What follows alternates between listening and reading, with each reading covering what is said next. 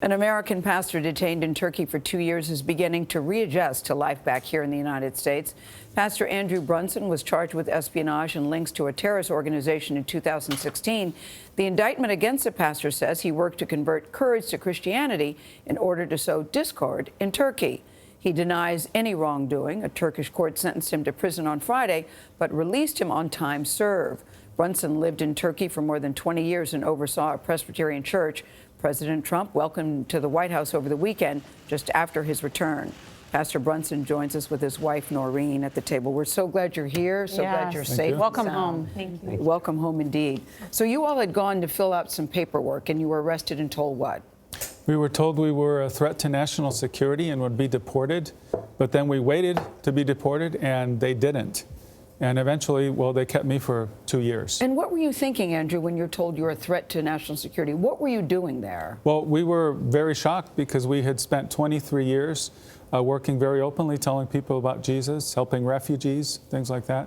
So we hadn't done anything that would harm national security. We were just telling people about Jesus. Did you ever think what you were doing would land you in prison, that it was dangerous? Not that it would land us in prison. We're the first ones who've experienced that in Turkey in a long time. And Norine, what were they telling you? Same thing. We were together. So we were arrested together and held together initially for, I was there 13 days and then released suddenly. And after that release, though, what was that like?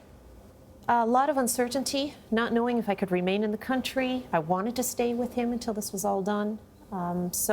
Just a lot of difficulty, a lot of ups and downs during that time. What did you think was happening to him? Were you all able to communicate with each other during that time? What did you think? Very little. Very little. So you knew he was safe? He was moved. There were just so many question marks. What's happening? Silence. We're not told what's going on, what's going to happen. I was very isolated in prison. I was for some time in solitary confinement, and then in another prison that was quite overcrowded. And I was overcrowded, like how? Well, we were a cell for 8 people and had over 20 people there. In the cell for 8? Yes. And there was very little contact with the outside, so I could see Norine, for example, 35 minutes a week through glass, talking by phone. And so she actually is very strong and had to take me through this emotionally and spiritually. She was the only one I could receive truth from. And so when she would come in, she would encourage me, and that's what would keep me going through the next week. Pastor Brunson, much has been written about you, and we followed your imprisonment for the past 2 years. Do you believe you were a pawn in what has been called hostage diplomacy, that the Turkish government held you as part of an effort to exchange you for another prisoner here? Well, people have certainly written that. President Trump and also Senator Graham, Lindsey Graham, told me that. I just have the view from the cell. Yeah. And I think that even though whatever reason the Turkish government was holding us for, I believe that God was involved in this for us, because I think of millions of people who prayed for Turkey during that time, and how God is bringing blessing out of it.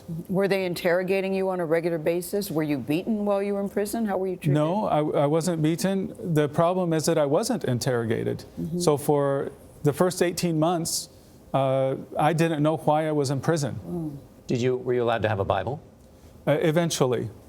It took a while before I could have any books or Bible, but eventually I did have one. Was there a passage that got you through all this? Well, I read 2 Timothy a lot, where Paul talks about suffering and finishing the race well, and this became my prayer. I want to be faithful and endure and finish well. And Norine, when you heard he was getting out of prison, how did you all receive the news that it was over?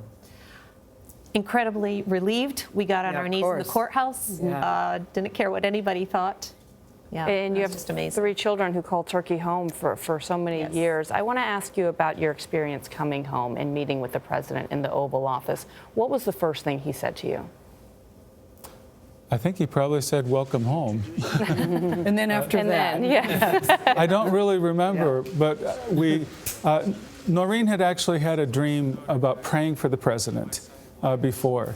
And so she had that in her heart. So before we went to the White House, we prayed together and said, ask God to give us opportunity to pray for the president. And we asked him if we could do it, and he said yes. Said yes. Norine? No, so I had a specific dream, specific verses So when there was opportunity, I knew exactly what I was supposed to pray over him. Now, I Over the know you all verses. love Turkey. Yeah, in Isaiah 11. You lived there for 23 years. What is your feeling about the country now? What are you thinking? You know, we love the country. We love it. We love the people. We have dear friends there. We pray for its blessing. But you're staying here. We're here for now. I don't think we can go back right now. Yeah. One of the most hated people in Turkey, so. And definitely forgiveness has to be a part of this. We don't have an option not to forgive as Christians, but it is something, it's not easy. So we're working through that. There's a big community that's welcoming you back here Yes. and glad that you're back home. Yes. Thank you so much for joining Thank us. you. Thank you.